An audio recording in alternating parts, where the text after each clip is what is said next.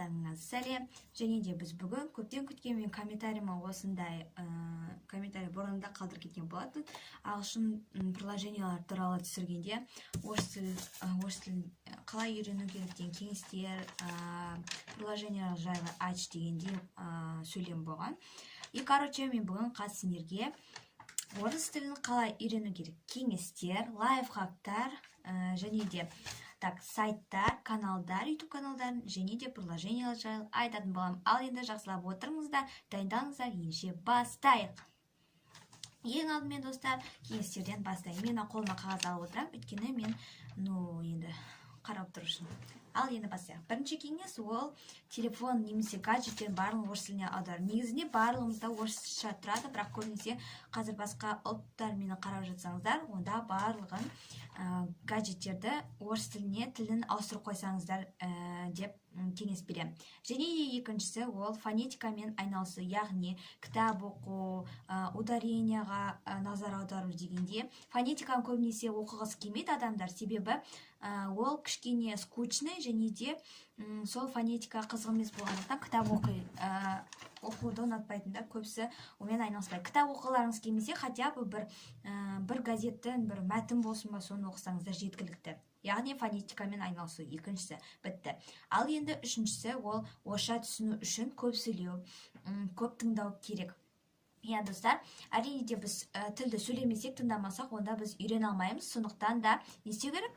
Әрине де көп сериалдар, кинолар, YouTube каналдарын болса көріңдер.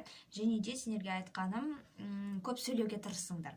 Және де бесіншісі сол сөйлеуге байланысты ол орысша дос табу. Интернет дос болсын, шын өмірдегі достарыңыз болсын, әйтеуір ол орысша нақты білу қажет. Ал енді алтыншысы ол орысша ақырын үйренсеңіз, онда өзіңізді кінәламаңыз. Орысша ақырын ол адамдар бір-бірін салыстыруға қазір бейім. Мысалы, мен андай емес, мен неге тіл үйрене алмаймын, мен ақырын жаттап жатырмын, неге анау тез жаттайды деген болмасын. Себебі әр адамның өзін қабылдау, есте сақтау жүйесі әртүрлі, сондықтан да өйтіп өздеріңізді кінәламаңыздар, сонда барлығы жақсы болады. Және де жетіншісі ол өз тіл деңгейін анықта. Яғни мен осы видеоның астына міндетті түрде ссылка қалдырып қоямын, тіл деңгейін тексеру. Орысша ана жақта сұрақтар болады, сол арқылы өздеріңіздің деңгейіңізді біліп алсаңыздар болады. Және де сегізінші, соған қарай сол деңгейді біліп алғаннан кейін соған қарай материалды іздей бастау. Мысалы, электронды кітап болсын, грамматика болсын, неше түрлі нәрсе болсын, бірақ сол өз деңгейіңізге сәйкес болу қажетсіздер. Ал енді достар, енді каналдарға көшейік. Каналдарда мен бірнеше каналдар тізіп жазып алдым мынау параққа. Қазір соны сіздерге айтатын боламын. Міне бірінші каналымыз ол Russian with Tamara деп аталады. Және де міне мына жақта көптеген видеолар бар. Өздеріңіз қарап, нетіп алсаңыздар болады. Және де ол кішкене басқа тілде, бірақ сонда да үйреніп алсаңыздар, осы каналды кеңес беремін. Және де екінші канал ол русском по-русски. Сіздер білесіздер ме, білмейсіздер ме, білмеймін. Бірақ міне осылай, мына жақта арасында влог бар, бірақ негізінде көптеген ережелер, қалай басқа сөзден басқа сөз ажыратуға болады, неге сондықтан, солайша, мысалы, какая разница деген, солай әртүрлі орыс тілге байланысты видеолар түсіреді. Бұл да тоже русском по-русски де көрсеңдер болады. Тоже жақсы канал.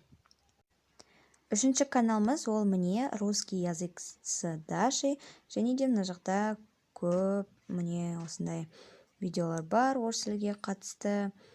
Блог, анау тілді қалай жақсарту керек. Және де мына жақта интервью орыстармен алады. Сонда көрсеңдер болады. Және де келесі ол төртіншісі Russian with Anastasia. Мына жақта тоже ағылшынша, бірақ тоже орысшаны үйреніп алсаңдар болады. Не үшін мен жалғана пишем вместе. Әйтеуір мына жақта көптеген интервью орыс тіліне байланысты мыналар бар. Соны қарап жаттығыңыздар. Және де бесіншісі ол Russian Progress деген канал. Мына жақта тоже орысша интервью, выпуск немесе жай влогтар түсіреді, бірақ көбісі орысша. Тоже қарап өздеріңізге қайсысы ұнайды, сол неге YouTube каналына кіріп подписаться етіп алсаңдар болады екен. Ал енді Все, осымен бітті. Міне енді достар, мен каналдарды айтып болдым. Ал енді сайттарға көшеміз. Сайттардан тек мен барлық жан-жақтан іздеп 4 сайтты ғана ең керемет сайтты анықтап алдым. Міне біріншісі ол Learn Russian, екіншісі Russian for everyone, үшіншісі между нами, төртінші время говорить по-русски деген. Сол сайттарды өздеріңіз қарап алсаңыздар деймін, себебі оны қарап неттетін уақытым де бар негізі, бірақ мынау видео тым ұзақ болып кетпесін деп қалаймын, себебі әлі не айтылу керек, әлі приложениялар бар.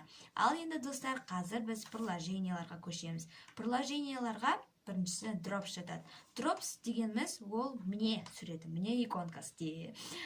Потом сол Drops не істейді? Ол жақта неше түрлі сөздер бар, темаларға бөлінген, және де сол темаларға қатысты нелер бар. Қазір мына жақта экран шығады. Вот. Темаларға қатысты сөздер бар, сосын сол сөздер, короче, ана жақта сөз жаттау ғана бар. Және де енді келесі ол Duolingo. Әрине де Duolingоны барлығы біледі, сондықтан нақты тоқталып өтудің қажеті жоқ деген ойдамын. Енді келесіге көшейік. Учим русский с Fun Easy Learn.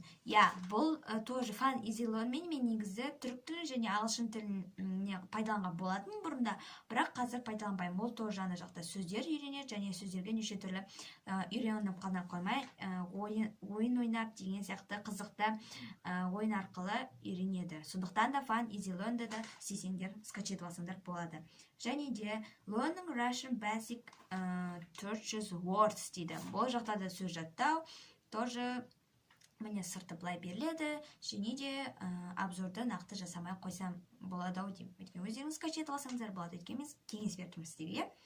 Сондықтан да қазір енді келесіге көшеміз.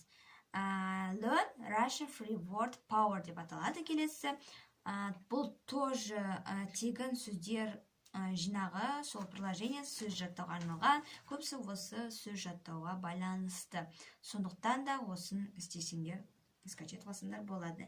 Және де учим и играем русский деген осы приложение тоже пайдалы, орыс тілін үйренуге пайдалы. Және де ең прям пайдалының пайдалысы барлық тілде де қолдана беретін, тіптен тілде де емес, тіптен сабақта да қолдана беретін, ол әрине Quizlet.